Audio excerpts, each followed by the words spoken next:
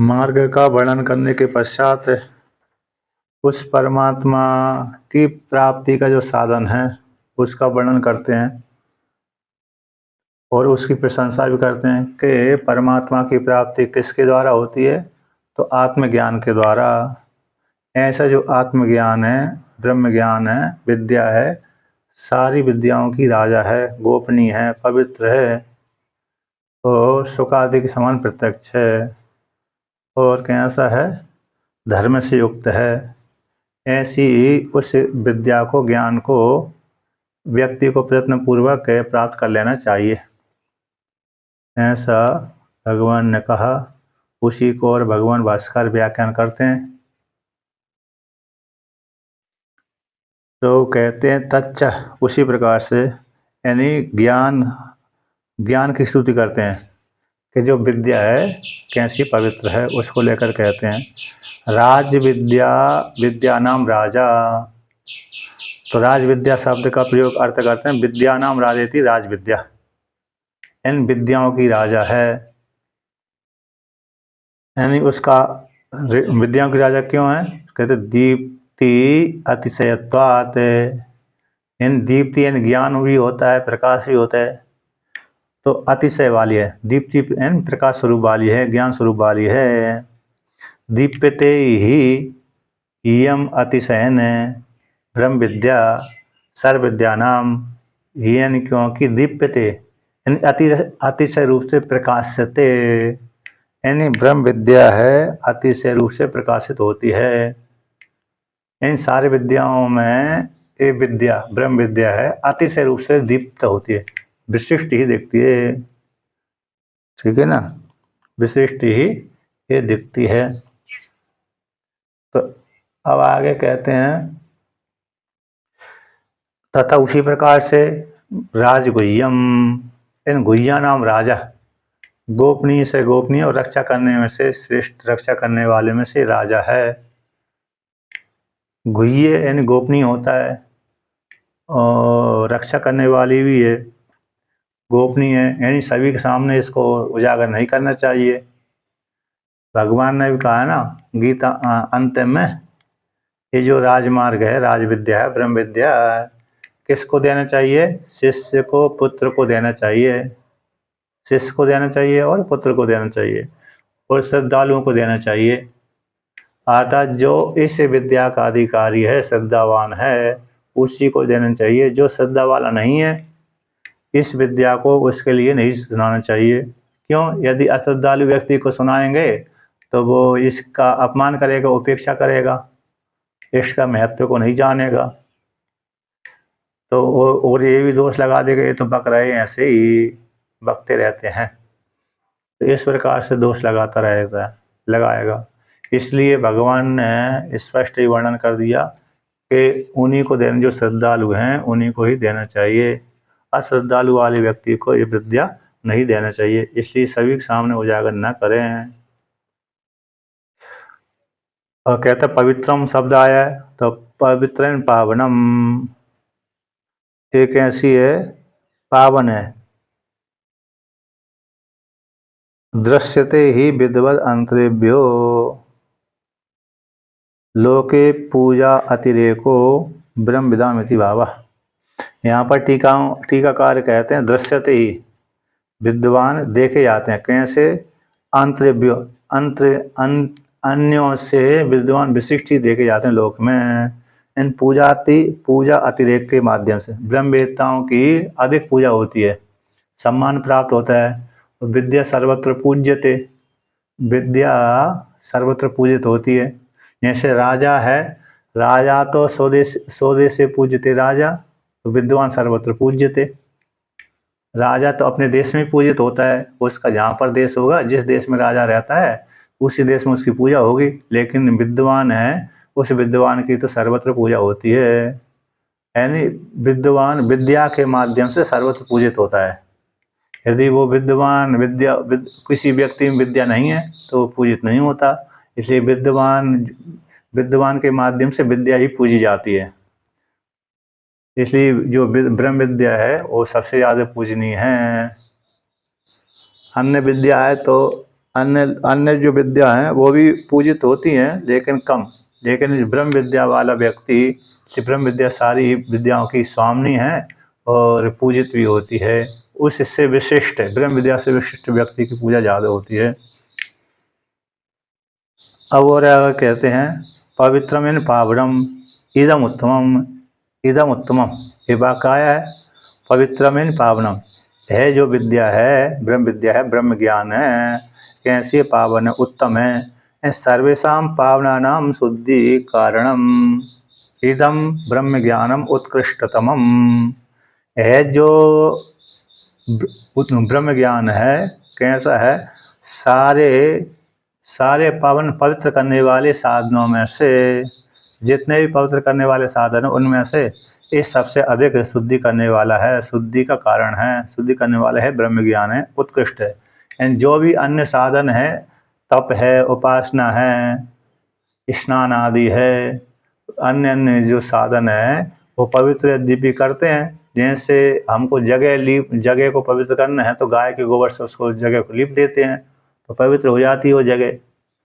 उसी प्रकार से उपासना है और तीर्थ सेवन है, स्नान आदि है, ये पवित्र करने वाले साधन होते हैं। किंतु ये ब्रह्म ज्ञान उनमें से अधिक ही है, उत्कृष्ट है, पवित्र करने में हेतु है और अधिक अधिक अधिक उत्कृष्ट है, यानी उत्कृष्ट तमम है। तमप तमप प्रत्यय कर दिया यहाँ पर, उत्कृष्ट तमप है तो उत्कृष्ट तमम। तो सारे जितने भी पवित्र करने वाले हैं उनके मध्य में ये सबसे श्रेष्ठ है कौन, ब्रह्म ज्ञान। अब क्यों क्यों ये सबसे उत्तम है, उत्कृष्ट है, उसको वर्णन करते हैं। ब्रह्म ज्ञान को सबसे उत्कृष्ट पवित्र करने वाले साधनों में से सबसे श्रेष्ठ साधन है, इसमें वर्णन करते हैं, दिखलाते हैं उपपत्ति के माध्यम से कि अनेक जन्म सहस्र संचितम अपि धर्म अधर्म आदि समूलम कर्म क्षण मात्राद भस्मी करोति यतो अतः किम तस्य पावनत्वं वक्तव्यम। कि अनेक जन्मों के द्वारा संचित किए गए जो धर्म अधर्म आदि हैं उनका, और उस धर्म अधर्म आदि किसके माध्यम से होते हैं, अविद्या को लेकर के, कामना को लेकर के। मूल में तो कौन ही, अविद्या, अज्ञान। तो धर्मादि, जब तक व्यक्ति में अज्ञान है तब तक धर्म अधर्म दोनों ही करता रहता है। तो मूल के सहित कर्मों को, कामना को, धर्मादि को, यद्यपि धर्म ही करते रहना चाहिए, अधर्म करेगा तो ये अधिकारी बनेगा नहीं, लेकिन फिर भी धर्म कैसा है, ब्रह्मवेत्ताओं के लिए, मोक्ष की इच्छा करने वालों के लिए अगले जन्म का हेतु बनता है, इसलिए उस धर्म का भी त्याग कर देना चाहिए।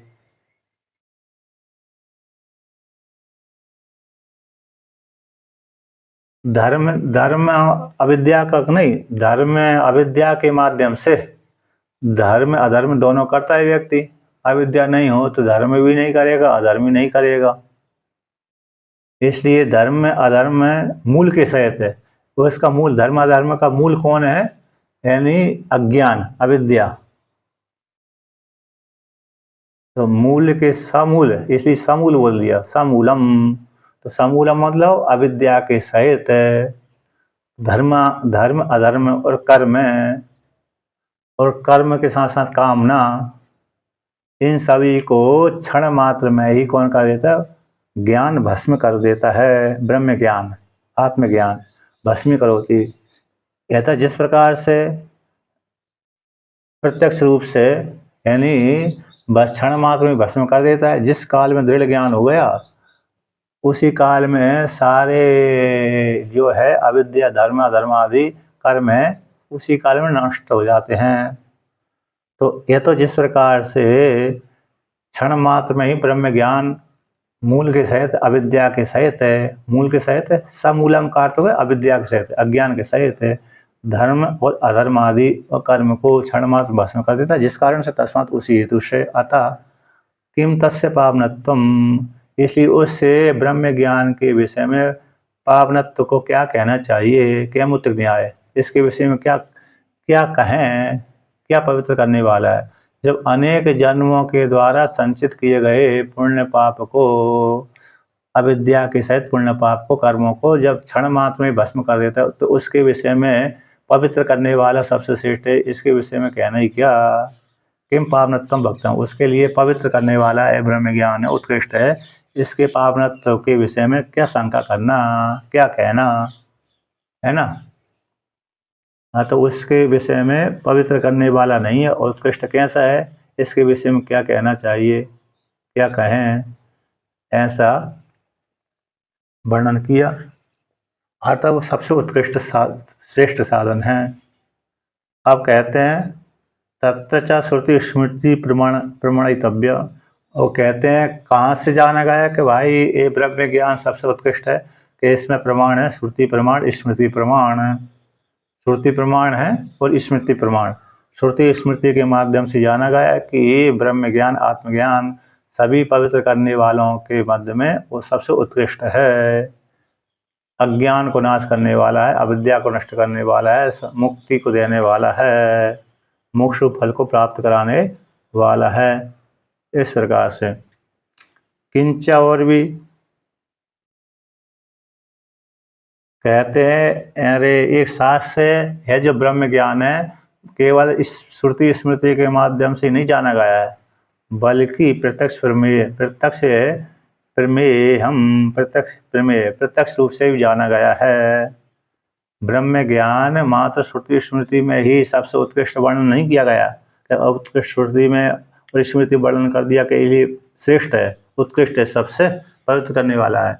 इतना ही अकेले नहीं, बल्कि प्रत्यक्ष प्रमाण के द्वारा, प्रत्यक्ष के द्वारा भी जानने योग्य है, प्रत्यक्ष रूप से भी जाना गया है। किंच और भी प्रत्यक्ष अवगमम, प्रत्यक्ष अवगम वाक्य आता है तीसरी पंक्ति में, तो उसको लेकर कहते हैं तो प्रत्यक्ष अवगमम इन प्रत्यक्षेण सुखादिर इव अवगमो यस्य तत् प्रत्यक्ष अवगमम। प्रत्यक्ष प्रमाण के माध्यम से जाना गया है, जैसे सुखादि प्रत्यक्ष प्रमाण के द्वारा जाने जाते हैं, अनुभव किए जाते हैं कि सुख हो रहा है, व्यक्ति पुण्य का कार्य सुख है, तो प्रत्यक्ष ही अनुभव किया जाता है। व्यक्ति को क्लेश उस काल में कष्ट नहीं होता, और जिस काल में दुख होता है उस काल में सुख नहीं होता। सुख काल में सुख ही देता है, सुख के काल में दुख नहीं होता। जब सुख समाप्त हो जाता है तो दुख चालू हो जाता है, दुख समाप्त हो जाता है सुख चालू हो जाता है। तो जैसे सुख और दुख अनुभव गम्य हैं, प्रत्यक्ष रूप से जाने जाते हैं, प्रत्यक्ष प्रमेय हैं, प्रत्यक्ष रूप से जाने जाते हैं, उसी के समान, सुख आदि के समान अवगमन ज्ञान अनुभूति यश जिसकी है, ऐसे ज्ञान की कि ये सारे ये ज्ञान है, ब्रह्म ज्ञान है, आत्मज्ञान है, कारण के सहित कार्य को नाश कर देता है, यानी अगले जन्म को ही समाप्त कर देता है। ब्रह्म ज्ञान क्या कर देता है, अगले जन्म को देने वाले जो कर्म थे उन कर्मों को समाप्त कर देता है, अविद्या को नष्ट कर देता है। इसी प्रत्यक्ष प्रमाण के द्वारा ही जाना जाता है। प्रत्यक्षम, टीकाकार कहते हैं प्रत्यक्षम अवगमो इन मानम अस्मृति।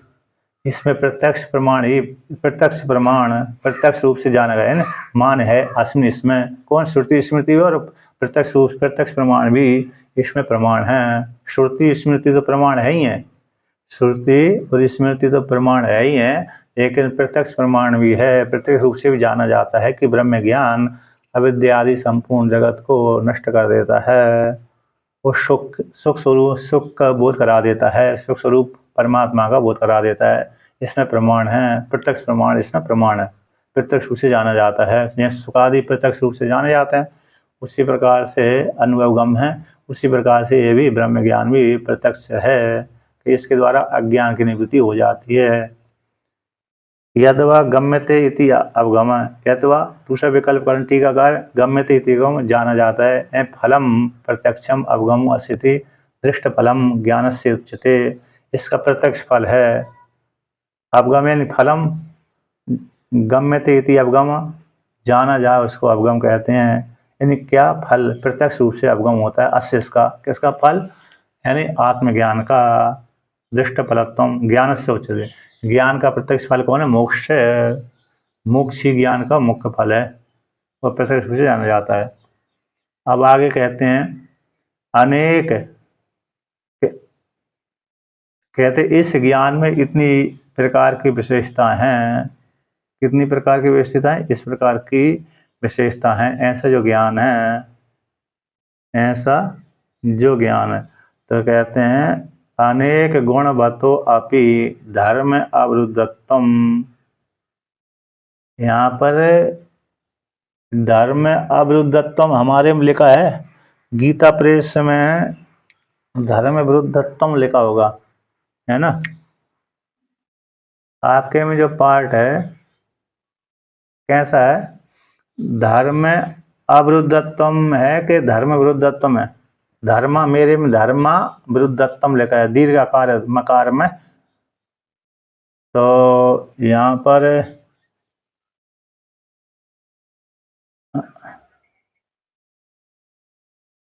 हाँ वो ठीक है, हमारे में माँ में बड़ा आकार है हमारे में तो, लेकिन वो इसलिए वो अशुद्ध है, अर्थात आकार को काट देना चाहिए।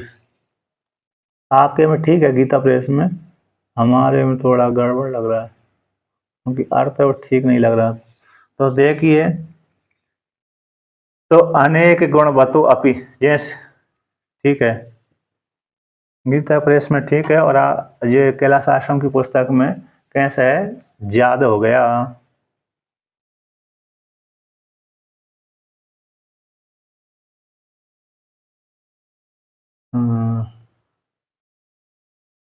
तो देखिए आवाज आ रही है ना मेरी। तो कहते हैं अनेक गुणवतो अपि, अनेक गुण वाले जो व्यक्ति होते हैं उनमें धर्म विरुद्धत्वम दृष्टम, धर्म के विरुद्धत्व देखे जाते हैं। बहुत से व्यक्ति में बहुत से गुण होते हैं, कभी कभी ऐसे गुण होते हैं जो धर्म के विपरीत कार्य कर देते हैं, धर्म के विपरीत चले जाते हैं। तो अनेक गुण वाले के पे में अनेक गुणवतो अपि, अनेक गुण वाले होते हुए भी धर्म विरुद्धत्वम दृष्टम, धर्म के विरुद्ध देखे जाते हैं। तो न ततः आत्मज्ञानम धर्म विरोधी, तो उसी प्रकार से आत्मज्ञान धर्म विरोधी नहीं है। उसी प्रकार से जो ब्रह्म ज्ञान है, आत्मज्ञान है, धर्म का विरोधी नहीं है। जैसे किसी व्यक्ति में अनेक गुण हैं, तो अनेक गुण होने पर भी धर्म के विपरीत कार्य वो कर देता है, उसमें कुछ ऐसे गुण पाए जाते हैं तो धर्म के विरुद्ध चला जाता है। यद्यपि बहुत से गुण हैं, शुभ गुण हैं, बहुत से अच्छी प्रकार से कार्य करता है, लेकिन कभी कभी तो विपरीत चला ही जाता है किसी न किसी के प्रति, तो धर्म के विपरीत चला जाता है। यानी दुष्ट जनों के विपरीत जा तो कोई बात नहीं है, लेकिन धार्मिक व्यक्तियों के विपरीत भी चला जाता है कि नहीं।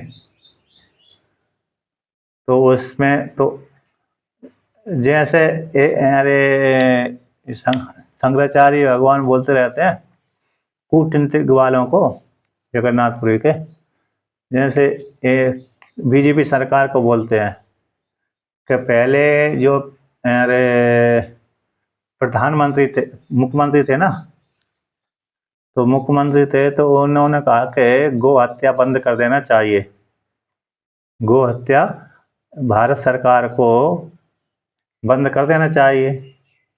तो ऐसा मुख्यमंत्री बने थे तब तक बोलते रहते थे। अब वही मुख्यमंत्री प्रधानमंत्री बन गया, अब इसके पश्चात प्रधानमंत्री बनने के पश्चात उनको बंद कर देना चाहिए, स्वयं की सत्ता आ गई, लेकिन स्वयं की सत्ता आने पर भी उन्होंने वो कार्य नहीं किया। 10 साल निकल गए, 15-20 साल लग गई है ना, दो सीट निकल गए, 5-5-10 है। इसके बाद आगे भी चल रहे हैं, चल रहा है कि नहीं चल रहा है, लेकिन फिर भी कैसे हो गया, अरे गो हत्या को उन्होंने बंद नहीं किया। जबकि मुख्यमंत्री बनते समय, मुख्यमंत्री जिस काल में थे गुजरात में, उस काल में वह केंद्र की सरकार को बोलते थे कि गो हत्या बंद कर देना चाहिए। अब वही अफसर उनके, नहीं नहीं नहीं, हम एक बोल रहे हैं, हम नहीं उस उदाहरण दृष्टांत दे रहा हूं, मैं तो बतला रहा हूं।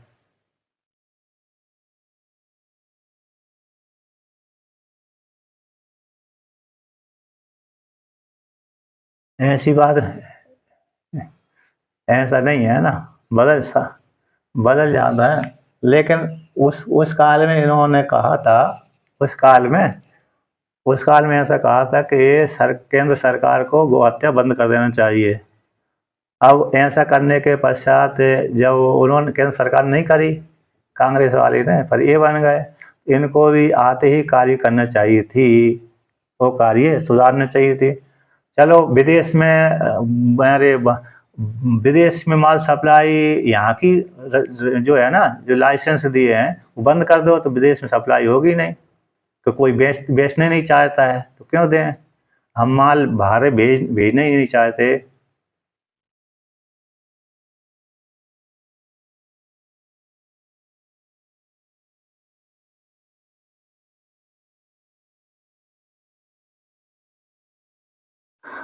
हाँ, जब हमने तो अरे वो जगन्नाथपुर।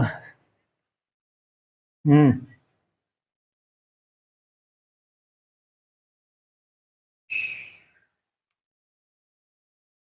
हमने तो उसको दृष्टांत दिया था। तो उन्होंने मतलब कमी तो कर सकते थे, कमी तो कर सकते थे वो, ऐसा। चलो ज़्यादा कर रहे हैं तो कम कर सकते थे, समझौता किया है ठीक है। लेकिन वो हमने संग जगन्नाथपुरी के शंकराचार्य है ना, ऐसा वो बोलते हैं, तो इस प्रकार से। और दूसरा केंद्र सरकार में पावर भी तो होती है, बहुत से नियम बदल लेते हैं, बहुत से नहीं बदल देते, बदल भी देते हैं। तो उसमें कोई वो आग्रह नहीं है, मतलब वो नहीं है दबाव ज़्यादा कि बदल ही नहीं सकते। तो ये है, तो मतलब बहुत से गुण हैं, लेकिन फिर भी धर्म के विरुद्धत्व कार्य देखा गया है, इसके ऊपर है। अनेक गुण हैं, अच्छे कार्य करते हैं, देश की सेवा है, लेकिन गौ का उस पर नहीं करते, काम नहीं करते ना, यानी गौ हत्या को बंद नहीं करना चाहते। एक इनका इनका व्याख्यान आया है, इनका सुना था मैंने, किनका, केंद्र गृह मंत्री का, वो भी जगन्नाथपुरी के शंकराचार्य के मुख से ही सुना था। तो बोलते हैं उत्तर भारत में आते हैं, व्याख्यान देते हैं कि हम गौ हत्या नहीं करने देंगे, और दक्षिण भारत में जाते हैं तो वहाँ पर ईसाइयों की बहुलता है, तो कहते हैं गौ मांस को कम नहीं होने देंगे। ऐसा ऐसा व्याख्यान किया है उन्होंने। उत्तर भारत में सारे हिंदू ज़्यादा। हाँ। हाँ उनका, हाँ राजनीतिज्ञ थे। हाँ, उनका ही ऐसा ही, जगन्नाथपुरी के शंकराचार्य कई उनके मुख से सुना था मैंने तो। उन्होंने कहा कि उत्तर प्रदेश उत्तर भारत में रहते हैं तो कहते गौ हत्या नहीं करने देंगे, किसी को छोड़ेंगे नहीं। जब दक्षिण भारत में गए तो कहते हैं गौ मांस से को कम नहीं होने देंगे। कम नहीं होने देंगे तो, और उन्होंने मतलब हाँ बोला है, मैंने तो उनके मुख से सुना है, जगन्नाथपुरी के शंकराचार्य के मुख से। अब उन्होंने सुना होगा तभी तो।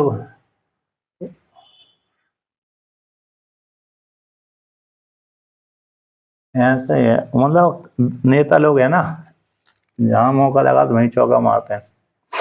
तो देखिए, पर उपदेश कुशल बहुत, उसमें ये हो जाता है ना, मम अरे इनकी वाणी के ऊपर ज़्यादा विश्वास नहीं किया जा सकता। अच्छा, यहाँ पर इसमें दृष्टांत आया है, अनेक गुण हैं यद्यपि, तथापि फिर भी धर्म विरुद्धतम दृष्टत्वम, धर्म विरोध, धर्म के विरुद्ध कार्य देखे जाते हैं। अब क्या उसी प्रकार से ब्रह्म ज्ञान में भी अनेक गुण हैं। ब्रह्म ज्ञान में कैसे, अनेक जन्मों के द्वारा संचित किए गए जो धर्म अधर्म आदि हैं, कर्म है, मूल के सहित नष्ट कर देता है, तो बहुत से गुण हो गए। तो उसी प्रकार से क्या धर्म का विरोधी है क्या ब्रह्म ज्ञान, तो कहते हैं ना ना, तथा उसी प्रकार से आत्मज्ञान धर्म का विरोधी नहीं है। तो किंतु फिर कैसा है, धर्मी धर्म्यम, इन धर्माद अनपेतम, इन धर्म से रहित नहीं बल्कि धर्म से युक्त है। धर्म्यम का अर्थ है, धर्म्यम शब्द आया ना, उसका व्याख्यान है धर्म से अनपेतत्वम, इन धर्म से रहित नहीं है। अनपेत, अपेत बोलते रहित है, तो अर्थात धर्म से रहित नहीं बल्कि धर्म से युक्त है आत्मज्ञान। क्योंकि ब्रह्म ज्ञान यानी आत्मज्ञान बिना धर्म के हो ही नहीं सकता, तो धर्म के विपरीत नहीं जाता कभी भी, धर्म से युक्त ही रहता है, इस प्रकार से। अब आगे वर्णन करते हैं।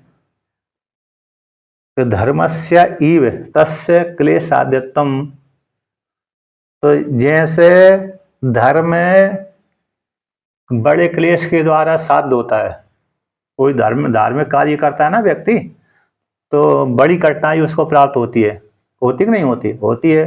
जैसे कोई पूजा पाठ भी करेगा, मंदिर में जाएगा, तो प्रातःकाल उठना पड़ेगी जल्दी, यज्ञ आदि करेगा, तो फिर उसके लिए शुद्धि चाहिए, हर प्रकार की वस्तु में पवित्रता चाहिए। तो सामग्री नहीं है तो बाजार से लाना पड़ेगी उसको, आपण आदि से सामग्री इकट्ठी करना पड़ेगी, धन संचय चाहिए उसके लिए सामग्री एकत्रित करने के लिए। तो एक बड़े यज्ञ करने के लिए बहुत सी सामग्री, बहुत सा प्रयत्न करना पड़ते है, बड़ी कठिनाई से यज्ञ संपादन होता है।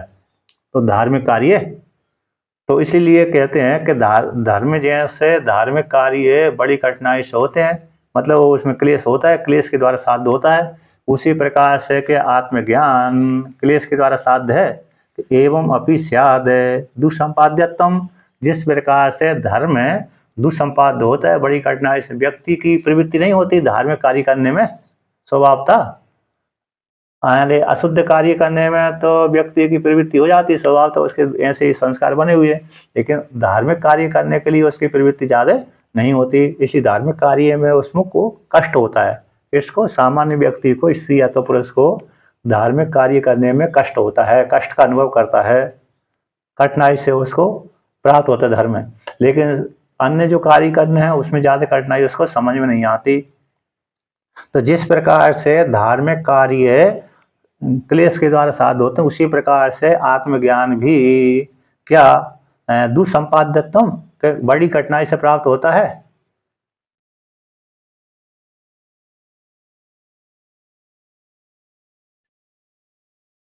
क्योंकि व्यक्ति की प्रवृत्ति स्वाभाविक कार्यों में ज़्यादा रहती है, रुचि रहती है, धार्मिक कार्य में रुचि कम रहती है, इसलिए वो उसके करने में बड़े उसको कष्ट लगता है। जैसे जैसे आप ही उदाहरण मान लीजिए, जैसे आप प्रयागराज में रहे, है कि नहीं? तो प्रयागराज में रहे तो फिर शुरू में तो शौक से रहे, लास्ट में तो कठिनाई से रहने लगे, है कि नहीं? कठिनाई पड़ने लगे, तो उसी में हो गया। तो मतलब धार्मिक कार्य करने में व्यक्ति इधर से खींचते हैं, उधर से खींचते हैं, कभी कभी कमी निकाल देते हैं। धार्मिक कार्य करने वाले व्यक्ति के ऊपर क्या निकाल देते हैं, कमी निकाल देते हैं, और फिर उसके मन को खराब कर देते हैं। और कभी कभी सामग्री नहीं मिलती है धार्मिक कार्य करने के लिए, तो फिर वो धार्मिक कार्य नहीं कर पाता। सामग्री भी चाहिए, धार्मिक कार्य धन भी चाहिए, सामग्री भी चाहिए, और फिर इस प्रकार से अन्य लोगों को सहयोग भी चाहिए। तो कभी सहयोग नहीं प्राप्त होता है, कभी धन नहीं प्राप्त होता है, कभी समय नहीं मिल पाता। इसलिए तो इसको निकालने के सहयोग भी चाहिए, धन भी चाहिए, समय।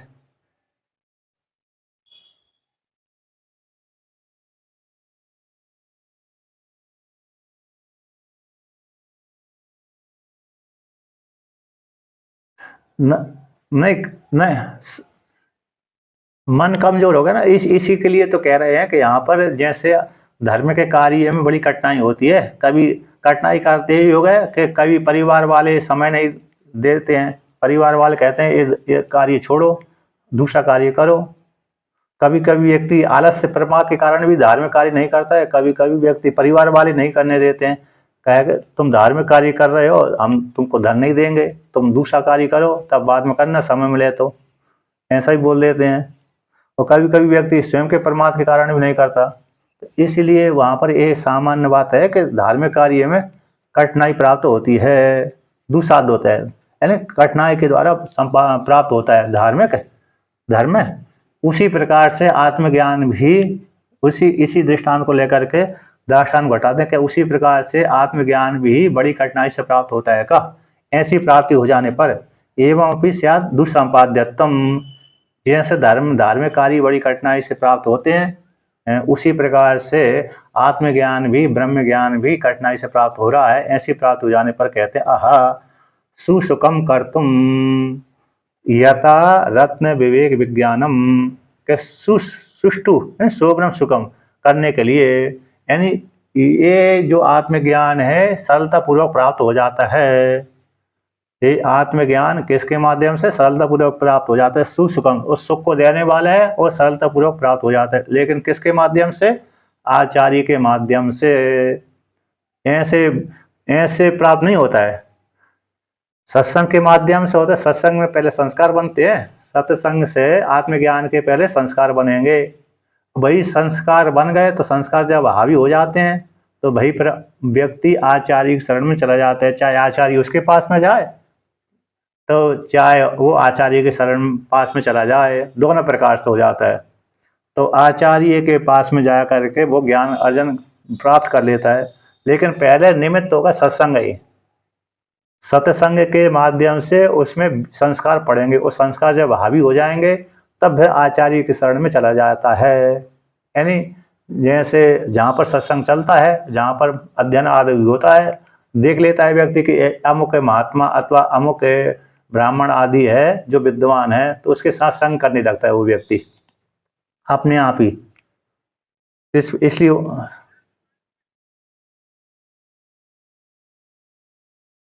अरे तो हर दिन गीता सुनते रहो, छूट जाओगे। उसी हर दिन गीता पढ़ते पढ़ते पढ़ते ही तो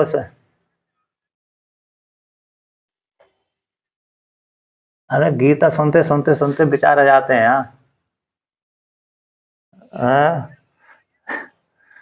गीता सुनते सुनते आप गीता सुनते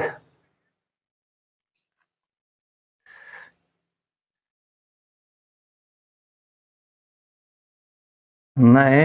और गीता सुनते सुनते सुनते मन पक्का हो जाएगा तो एक दिन अपने आप ही। और घर को छोड़ने की जरूरत नहीं। नहीं घर घर नहीं नहीं नहीं घर को छोड़ने की जरूरत, घर को छोड़ने नहीं नहीं घर को छोड़ने की जरूरत थोड़ी है। घर के छोड़ने की बात थोड़ी है। वो तो आत्मज्ञान करना है ना। वो तो घर में रहते रहते ही हो जाता है। घर में रहते रहते थोड़ी कठिनाई होती है, लेकिन घर घर छोड़ने की जरूरत नहीं रहती। ऐसे थोड़ी है घर छोड़ने के पश्चात ही आत्मज्ञान हो। अरे जो सुन सुन तो रहे हो अभी, इसी को सत्संग बोलते हैं। जो हाँ, और कौन सा सत्संग है जो सुन रहे हो? फोन लगाने यही तो है, और क्या। तो कहते हैं सुसुखम कर तुम सुष्टु सुष्टि सुए शोभनम सुष्टु करने के लिए, कर तुम्हें करने के लिए। तो जिस प्रकार से आचार्य के मुख से ये श्रवण कर रहे हैं, सत्संग ही और आत्मज्ञान ही दोनों प्रकार का है। सत्संग तो हो ही गया, इसमें जुड़ गए, ये संस्कार बन गए थे। अब ये आत्मज्ञान चल रहा है आचार्य के माध्यम से। किसके माध्यम से? आचार्य के माध्यम से आत्मज्ञान ही है। तो यथा जिस प्रकार से दृष्टांत दिए, रत्न विवेक विज्ञानम। जैसे सामान्य व्यक्ति ने रत्न का नाम सुना था, अब वो किसी जो रत्न को जानने वाला उसके पास में गया, पत्थर को लेकर के उसने बता दिया इसको ये रत्न कहते हैं, ये हीरा है, ये मोती है, ये माणिक है। और रत्न विशेष का ज्ञान किसके माध्यम से हो गया? उस आचार्य के माध्यम से हो गया। यानी जो जो जो रत्न विशेष को जानने वाला है ना, रत्न विशेष को जानने वाला है, तो वो जब उस व्यक्ति के पास उसके पास में गया व्यक्ति, तो उसने बता दी इसको ये रत्न बोलते हैं, ये रत्न बोलते हैं। तो उसको ज्ञान हो जाता है, अच्छी प्रकार से ज्ञान हो जाता है। उसी प्रकार से आत्मज्ञान भी सत्संग के माध्यम से संस्कार पड़ा और जो आचार्य के माध्यम से वो ज्ञान हो सरल हो जाता है, सुष्टु शोभन। यानी कैसे हो जाता है? अच्छी प्रकार से जान लेता है। यहाँ पर टीकाकार कैसा है? टीका में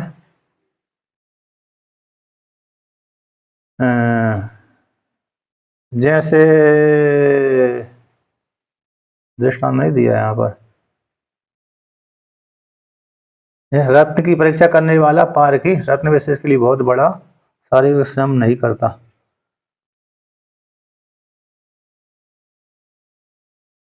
यहाँ पर टीका में दिया है, हिंदी टीका में, रत्न की परीक्षा करने वाला व्यक्ति पार की रत्न विशेष के लिए बहुत बड़ा शारीरिक श्रम नहीं करता, न उसे मानसिक श्रम ही करना पड़ता, किंतु गुरु कृपा एवं भाग से रत्न विवेक अनायास ही प्राप्त हो जाता है। अतः जो अल्प आयास सुख संपाद्य कर्म होते हैं, मतलब यहाँ पर ये जो रत्न विज्ञान है ना, पहले सामान्य रूप से जाना उसने, फिर वो व्यक्ति रत्न विशेष के विषय जानने के लिए किसी के पास में गया, रत्न विशेष को जानने वाले व्यक्ति के पास में चला गया। तो उसने उसको ज्ञान का उपदेश कर दिया, बता दिया कि ऐसे रत्न को इसको हीरा कहते हैं, इसको मोती कहते हैं, इसको माणिक आदि कहते हैं। तो उसने उसके श्रवण करने से ही, प्रत्यक्ष जान लेने से, वस्तु को दिखा देने से उसको ज्ञान हो जाता है, रत्न विशेष का ज्ञान हो जाता है कि इसको इस प्रकार से परीक्षा करना चाहिए। यदि भी थोड़ा प्रयत्न करना पड़ेगी, शारीरिक श्रम भी करना पड़ेगी थोड़ा, और थोड़ा मानसिक श्रम, तो इस प्रकार से लेकिन आचार्य की कृपा से, आचार्य के माध्यम से उसको ज्ञान होगा। उसी प्रकार से यहाँ पर भी आत्मज्ञान भी आचार्य के माध्यम से, पहले सत्संग के माध्यम संस्कार पड़े, वही सत्संग जहाँ पर चलता है उसी सत्संग ने उसको इस प्रकार की योग्यता दे देता है कि अमुक व्यक्ति एक विद्वान है, ये मेरी शंका का समाधान कर सकता है। अमुक व्यक्ति, अमुक जो विद्वान है, इसके पास जाने से मेरा कल्याण हो जाएगा और ये व्यक्ति मेरी शंका है, शंका का समाधान कर सकता है। तो सत्संग के माध्यम से उसके हृदय में ऐसी योग्यता आ जाती है, उसके मन में ऐसी योग्यता आ जाती है, उसी योग्यता को आधार बना करके वह व्यक्ति उस विद्वान के पास में पहुंच जाता है, अथवा विद्वान भी ईश्वर की कृपा से उसके पास में जाता है। जैसे तोतापुरी है, तोतापुरी महाराज शिष्य के पास में गए थे, उनके किन के पास में गए? रामकृष्ण परमहंस के पास में चले गए, ईश्वर की कृपा से। देवी ने कृपा करी थी, देवी ने वहाँ पर, देवी उनकी उपासक, उनकी उपास्य देवी थी रामकृष्ण परमहंस की, तो देवी ने ही तोतापुरी को उनका मन घुमा दिया, जा रहे थे दूसरी दिशा को, और देवी उनको खींच ले गई उस दिशा को जहाँ पर रामकृष्ण परमहंस रहते थे। यद्यपि उनकी बंगाल जाने की उनकी इच्छा नहीं थी तोतापुरी की, है ना, लेकिन वो देवी की कृपा से उधर ही चले गए, वो गंगा किनारे घूमते घूमते घूमते उधर ही चले गए। तो वहां पर किसकी? ईश्वर की कृपा से। अब उसी प्रकार से विवेकानंद जी स्वयं ही गए थे रामकृष्ण परमहंस के पास में, रामकृष्ण परमहंस से विवेकानंद जी के पास नहीं गए थे, बल्कि विवेकानंद जी रामकृष्ण परमहंस के पास में गए थे। तो दोनों प्रकार से, कभी आचार्य शिष्य के पास में चला जाता है, कभी शिष्य आचार्य के पास में चला जाता है। तो जैसा समय है ईश्वर की, लेकिन कृपा दोनों पे ईश्वर की है, ठीक है ना। तो ईश्वर की कृपा से सत्संग, सत्संग उसका माध्यम रहा, सत्संग के माध्यम संस्कार, पूर्वजन के पुण्य कर्म है, पूर्वजन के पुण्य कर्म के माध्यम सत्संग उसको प्राप्त होता रहता था, और सत्संग के माध्यम से उसके संस्कार पुष्ट होते गए। अब वही पुष्ट जब संस्कार हो गए तो फिर उसको इच्छा हो गई, मैं योग्य विद्वान के पास में जाऊं, कोई गुरु मेरे को प्राप्त हो, योग्य गुरु प्राप्त हो, गुरु माने आचार्य, विद्वान आचार्य शास्त्रीय हो, उसके पास में जाकर के मैं सारी शंका का समाधान कर सकूं, अर्थात अध्ययन कर सकूं। तो ऐसा व्यक्ति फिर खोज करने लगता है, अपने आप ही परीक्षा करने लगता है, अपने आप ही उसके मन में लगता है कि अमुक व्यक्ति कई लोगों से मिलता रहता है, फिर वो, तो ये व्यक्ति ज़्यादा विद्वान है, एक कम विद्वान है, तो ज़्यादा विद्वान को पकड़ लेता है, कम विद्वान को अरे छोड़ देता है कि नहीं, कम विद्वान को वो छोड़ देता है, ज़्यादा विद्वान को पकड़ लेता है। तो फिर उसकी शंका समाधान हो गए, पर घर में रहो चाहे बाहर में रहो कोई समस्या नहीं है, ज्ञान तक ही उसके पास रहना है, उससे सुनना है। जब ज्ञान हो गया तो अपने आप ही फिर आचार्य, जिस आचार्य से लिया उसको प्रणाम करके बस अलग अलग रह सकते हैं, है कि नहीं। जैसे याज्ञवल्क्य उपनिषदों में आता है ना, याज्ञवल्क्य राजा जनक के पास में बार बार जाते रहते थे आचार्य, वहां पर तो ईश्वर की कृपा से याज्ञवल्क्य नहीं, आचार्य गुरु ही शिष्य के पास में गया, शिष्य गुरु के पास नहीं गया वहां पर, यानी याज्ञवल्क्य के पास में राजा जनक नहीं जाते थे, बल्कि याज्ञवल्क्य ही राजा जनक के पास में बार बार गए हैं, ज्योति ब्राह्मण में बार बार जाते थे, ऐसा प्रसंग आया है।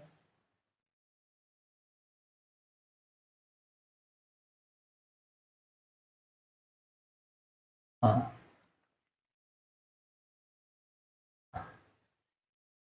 हाँ हाँ, तो यही हो, ईश्वर की कृपा है दोनों पे। कभी ईश्वर की कृपा से आचार्य है नहीं, आचार्य ना गुरु शिष्य के पास में चला। हाँ हाँ, तो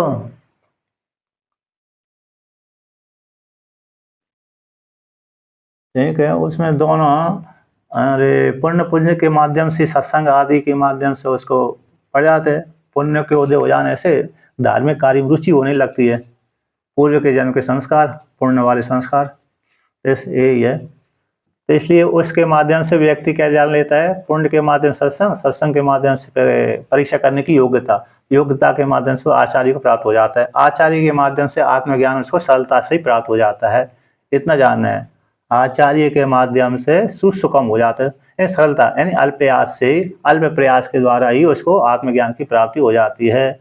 अब वो दृढ़ ज्ञान करने के लिए फिर प्रयत्न करना पड़ेगी, है कि नहीं।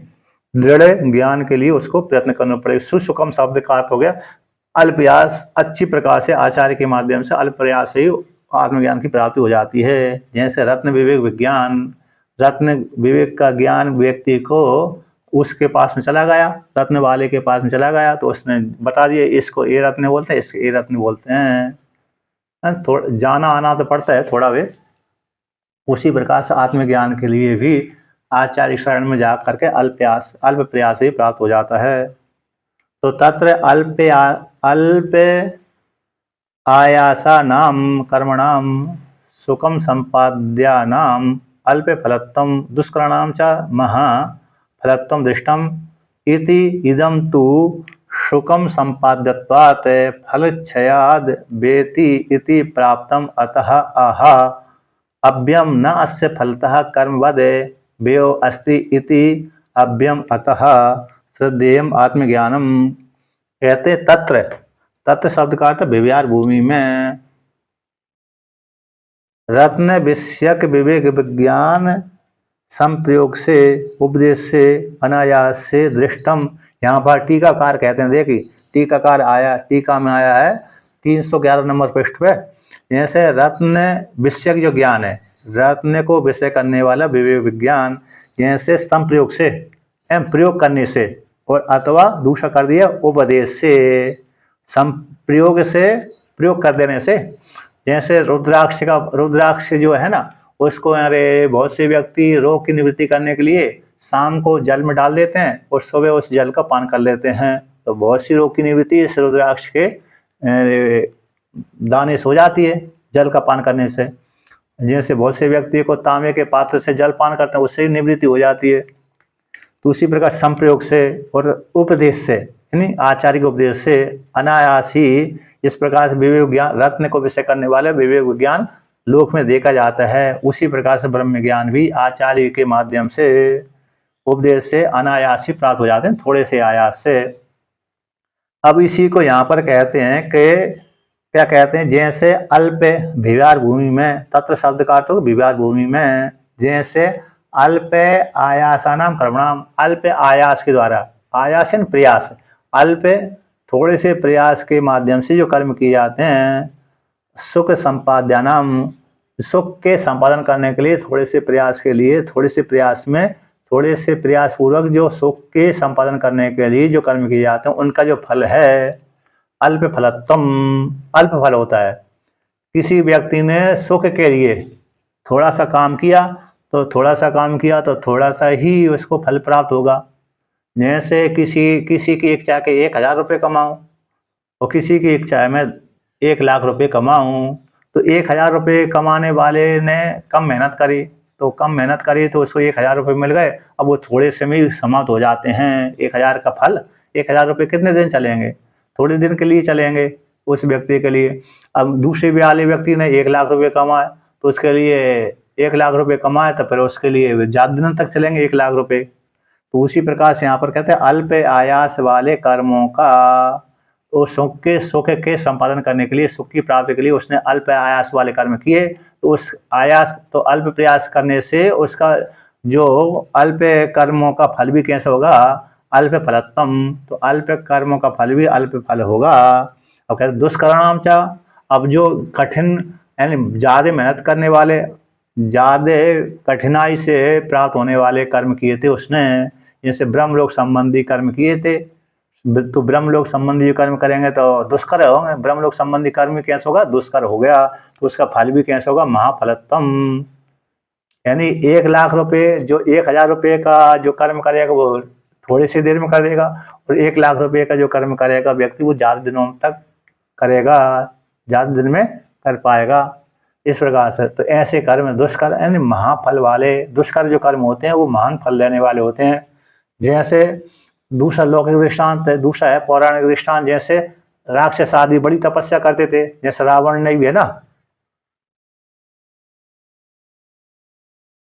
थोड़ा सा जैसे एक अल्पन कम, तो कल कम, अरे धन कमाने के लिए कम ही मेहनत करनी पड़ती है हमको। कम 1,000 रुपये कमाने के लिए ना तो कम मेहनत करना पड़ेगी, किंतु 1,00,000 रुपये कमाने के लिए आपको ज्यादा मेहनत करना पड़ेगी ना।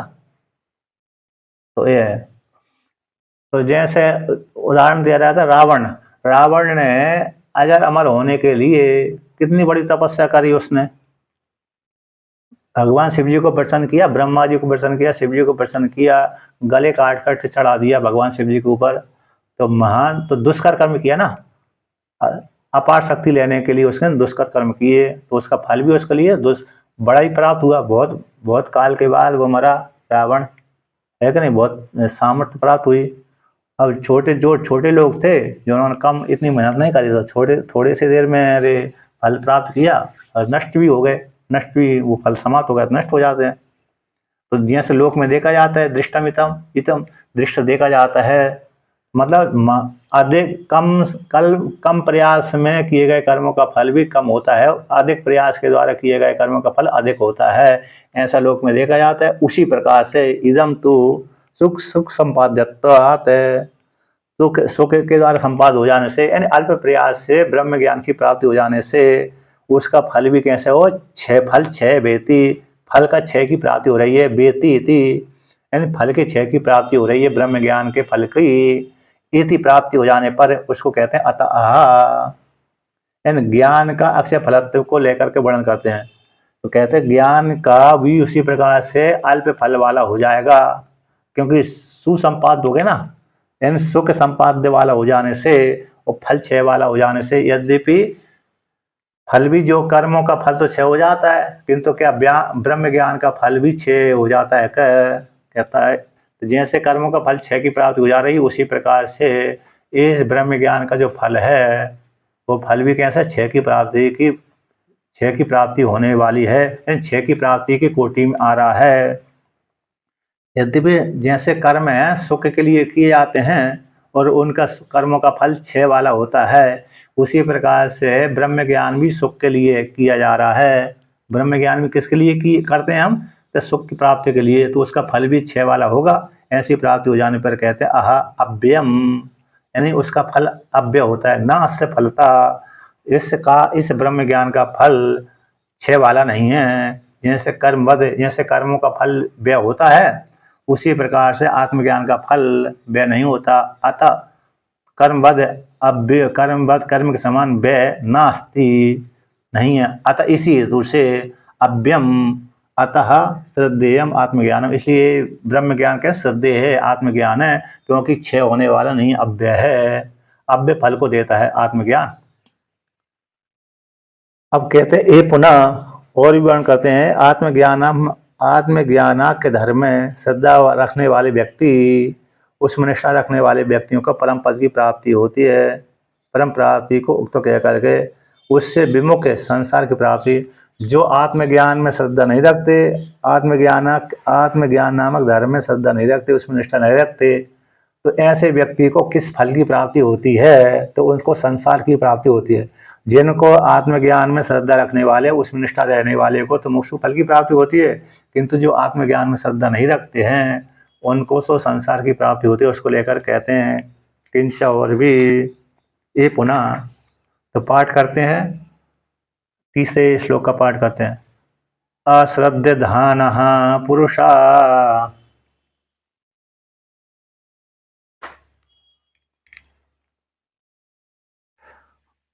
धर्मस्य परन्तप,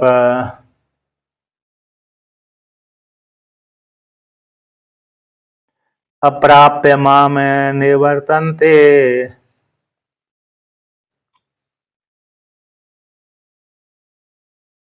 मृत्यु संसार वर्तमनि।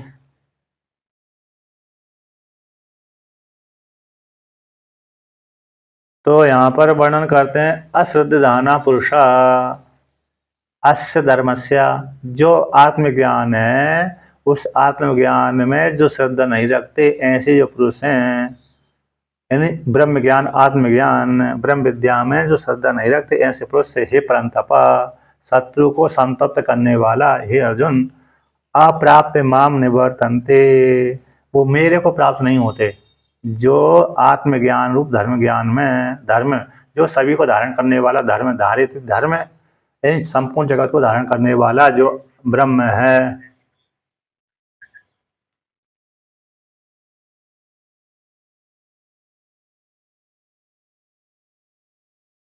तो कहते हैं संपूर्ण जगत को धारण करता है ऐसे धर्म। कौन सा? ब्रह्म। ब्रह्म की प्राप्ति का जो साधन था ब्रह्म ज्ञान, ऐसे उसमें जो श्रद्धा नहीं रखते, ब्रह्म में और ब्रह्म ज्ञान में श्रद्धा नहीं रखते ऐसे जो पुरुष है, माम मुझ वासुदेव परमात्मा को ब्रह्म को न प्राप्त होकर के निवर्तनते, तो कहाँ पर आ जाते हैं? मृत्यु संसार वर्तमानी, मृत्यु जो संसार है उस मार्ग में ही उसमें ही विचरण करते रहते हैं। अर्थात मनुष्य योनि में, पशु पक्षी योनि में, त्रिक आदि योनि में आते जाते रहते हैं। ठीक है ना। मृत्यु संसार उसका जो मार्ग है, मृत्यु रूप जो संसार उसका जो मार्ग है, उस मार्ग में मार्ग कौन से हो गए? यानी पशु पक्षी योनि, मनुष्य योनि, अन्य अन्य योनियाँ हैं, उन योनियों में आते जाते रहते हैं। इस प्रकार से अब भगवान भास्कर इसका व्याख्यान करते हैं कि अश्रद्धानः, यानी श्रद्धा विरहिता, आत्मज्ञानस्य धर्मस्य अस्य स्वरूपे फले च नास्तिका न आस्तिका पापकारिणो असुराणाम उपनिषदम देहे मात्र आत्मदर्शनम एव प्रतिपन्न असुतृपः पुरुषः परन्तप अप्राप्य माम परमेश्वरम मत प्राप्तौ न एव आशंका इति मत प्राप्ति मार्ग साधन भेद भक्ति मात्रम अपि अप्राप्यत्यर्थ। के जो अश्रद्धाना यानी श्रद्धा से रहित है, किसमें श्रद्धा नहीं रखते? कहते हैं आत्मज्ञान में, यानी अस्य धर्मस्य, इस धर्म का आत्मज्ञान रूप जो धर्म है सभी को धारण करने वाला धर्म का जो स्वरूप है, यानी परमात्मा की प्राप्ति का जो साधन है, परमात्मा की प्राप्ति में, परमात्मा में, स्वरूप में, उसके फल में, स्वरूप परम धर्म का जो स्वरूप है परमात्मा और उसका फल है अब आत्मज्ञान में भी, और उसका फल है मोक्ष। स्वरूप परमात्मा हो गया, और परमात्मा का परमा और आत्मज्ञान का जो फल है मोक्ष है। और ऐसे उपनिषदों में, उपनिषद उसके साधन हो गए, ब्रह्म विद्या उसकी साधन हो गई। इस धर्म की प्राप्ति का साधन ब्रह्म विद्या, उसका और परमात्मा ऐसा स्वरूप वाला है, उसका फल ब्रह्म विद्या का फल मोक्ष ही है। इसमें जो आस्तिक नहीं है, आस्था नहीं रखते, ऐसी जो नास्तिका आस्तिक नहीं है, ऐसे नास्तिक है, उसमें श्रद्धा नहीं रखते, और वो कहते हैं पाप कारिणो, पाप को कर्म करने वाले, और असुराणाम ऐसे असुर यानी प्राणों में रमण करने वाले। उपनिषदम तो कहते हैं उपनिषद रहस्य विद्या है, उपनिषद का अर्थ रहस्य विद्या, उसमें श्रद्धा नहीं रखते ऐसे। और उपनिषद किसका कितना मात्र है, किसमें श्रद्धा रखते हैं? कि ध्येय मात्र आत्मदर्शन में प्रतिपन्ना, शरीर को ही आत्मा मानते हैं। जो प्राणों में रमण करते सामान्य स्त्री पुरुष इस शरीर को ही आत्मा मानते हैं। 90% व्यक्ति इस शरीर को ही आत्मा मानते हैं, 90% है कि नहीं। अन्य 10% छोड़ दो, 100% में से 90% तो शरीर को ही आत्मा मानते हैं, और 10% जो कुछ सत्संग करते रहते हैं, भजन पूजन करते रहते हैं, तो ये व्यक्ति शरीर से इतर को आत्मा मानते हैं। तो ऐसे देह मात्र में आत्मदर्शन करने वाले ऐसे व्यक्ति प्रतिपन्ना, इस शरीर को ही आत्मा मानने वाले, असुतृपा, अश्विन प्राणों से ही प्राणों को पुष्ट करते रहते हैं, प्राणों में तृप्त रहते हैं, प्राणों को पुष्ट करते रहते हैं, ऐसे जो पुरुष परंतप, हे परंतप अप्राप्त माम, मुझ परमात्मा को प्राप्त न होकर के मत प्राप्ति में, मेरी की प्राप्ति न ये आशंका कि मैं प्राप्त हो ही जाऊंगा, ऐसी शंका उनको रहती नहीं है। मेरी प्राप्ति में अर्थात मेरी प्राप्ति तो होगी नहीं, लेकिन मेरी प्राप्ति की साधन है, मेरी प्राप्ति की जो साधन है उस साधन में भी मत प्राप्ति के मार्ग साधन भेद भक्ति, तो मेरी प्राप्ति के साधन कौन हो गया? मेरी प्राप्ति के मार्ग के साधन हो गए भक्ति। भक्ति आदि मात्र को भी भक्ति में सत्संग है, भक्ति है, भजन पूजन है, इसमें भी उनकी श्रद्धा नहीं रहती। भक्ति मात्र को भी प्राप्त नहीं होते, मेरी भक्ति भी नहीं करते। ऐसे व्यक्ति मुझको तो प्राप्त होती नहीं, मुझ में तो श्रद्धा ही नहीं, मेरी भक्ति मेरी प्राप्ति के साधन उनमें भी श्रद्धा नहीं है। जब उनमें भक्ति के मेरी प्राप्ति के साधन में श्रद्धा नहीं है तो फिर मुझको प्राप्त कैसे होंगे? मुझको प्राप्त न होकर के निवर्तनते निश्चय आवर्तनते, निश्चय रूप से लौट करके जाते हैं। तो कहाँ पर जाते हैं? क्वा, तो क्वा मृत्यु संसार वर्तमानी, यानी मृत्युक्त संसारो मृत्यु संसार से तस्य वर्तमान नरक यज्ञ आदि प्राप्ति मार्ग तस्मिन एव वर्तन्ते इत्यर्था। कहते कौन से मार्ग में जाते हैं? निश्चय रूप से लौट करके जाते हैं कि मृत्यु संसार मार्ग में, यानी मृत्यु से युक्त जो संसार है। संसार कैसा? मृत्यु से युक्त है, क्योंकि संसार में है संसंति संसारा, जो संसरण करता है उसको संसार कहते हैं। और मर्तलोक में रहते हैं, इसलिए मरण धर्म वाले हैं। पृथ्वी लोक में जितने भी जीवात्मा रहते हैं वो मरण धर्म वाले हैं। तो मृत्यु से युक्त संसार है, ऐसे उसको बोलते हैं मृत्यु संसार। उसका जो मार्ग है, मृत्यु संसार का मार्ग कौन सा हो गया? नरक में जाना, त्रियग योनि में जाना, आदि प्राप्ति मार्ग है, उसमें ही ये जाते रहते हैं। अर्थात कौन? जो पुण्य कर्म नहीं करते, ऐसे व्यक्ति मेरी प्राप्ति के लिए साधन नहीं करते, ऐसे जो व्यक्ति है, चाहे स्त्री हो चाहे वो पुरुष हो, वो कभी त्रियग योनि में चले जाते हैं, कभी नरक योनि में चले जाते हैं, कभी पशु पक्षी आदि बन जाते हैं। तो ऐसे वो संसार में घूमते रहते हैं, चक्कर लगाते रहते हैं, मुझको प्राप्त नहीं होते। ऐसे व्यक्ति अरे संसार मार्ग में भटकते रहते हैं। जो भजन पूजन करने लगते हैं, ईश्वर का चिंतन करते रहते हैं और ईश्वर का अभी रूप से चिंतन करते हैं, तो ऐसे ईश्वर का अभी चिंतन करते करते मुझको प्राप्त हो जाते हैं, फिर लौट करके नहीं आते। यानी परमात्मा को अभी चिंतन करते हुए मैं ही ब्रह्म हूँ, मुझसे भिन्न ईश्वर नहीं है, ऐसा चिंतन करने वाले उपनिषदों को आधार लेकर के, गीता को आधार बना करके, उपनिषदों को आधार बना करके जिस प्रकार से चिंतन करता है, तो ऐसे व्यक्ति परमात्मा को प्राप्त हो जाता है। और परमात्मा को प्राप्त होकर के फिर पुनः लौट करके संसार में नहीं आता, तो दोबारा जन्म उसका नहीं होता। विधेय केवल की प्राप्ति हो जाती है, मोक्ष की प्राप्ति हो जाती है, मुक्ति की प्राप्ति हो जाती है, मुक्त हो जाता है। इस प्रकार से भगवान ने वर्णन किया। अब आगे का पाठ कल करेंगे।